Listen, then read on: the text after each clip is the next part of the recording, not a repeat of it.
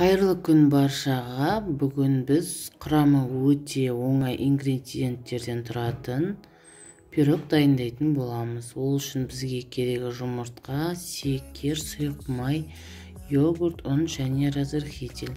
Алдымен 3 жұмыртқаны секермен миксерлеп аламыз. Секерді бөліп салып тұрамыз. Аппақ көбік болғанша әбден миксерлейміз.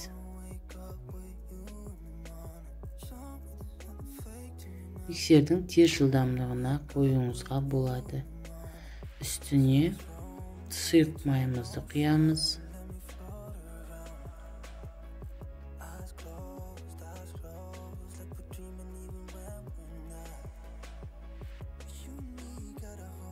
Және йогуртымызды құямыз.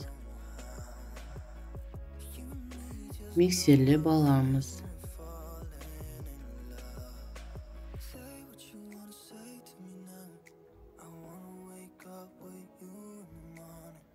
Енді ұнымыздың үстіне разрыхительді салып, қасықпен араластырып аламыз да, електен өткізіп, осыны массаның үстіне саламыз.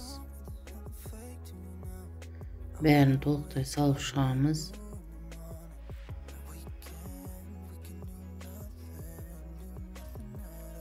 Ұнның бәрін салып болғаннан кейін лопатканың көмегімен астынан үстіне қарай араластырамыз.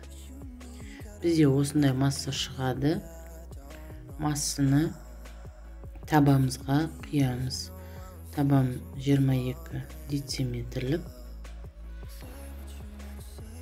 Пешімізге саламыз. Пешімізге салғаннан соң пешті қосамыз. 170 градусқа қойып 45 минутта пісіріп аламыз. Міне менің пирогым дайын болды. Өте дәмді, жұмсақ. Жасап көріңіздер. Менің каналыма тіркелуді ұмытпаңыздар. Сіздермен бірге болған Өнер Жетпісбайқызы.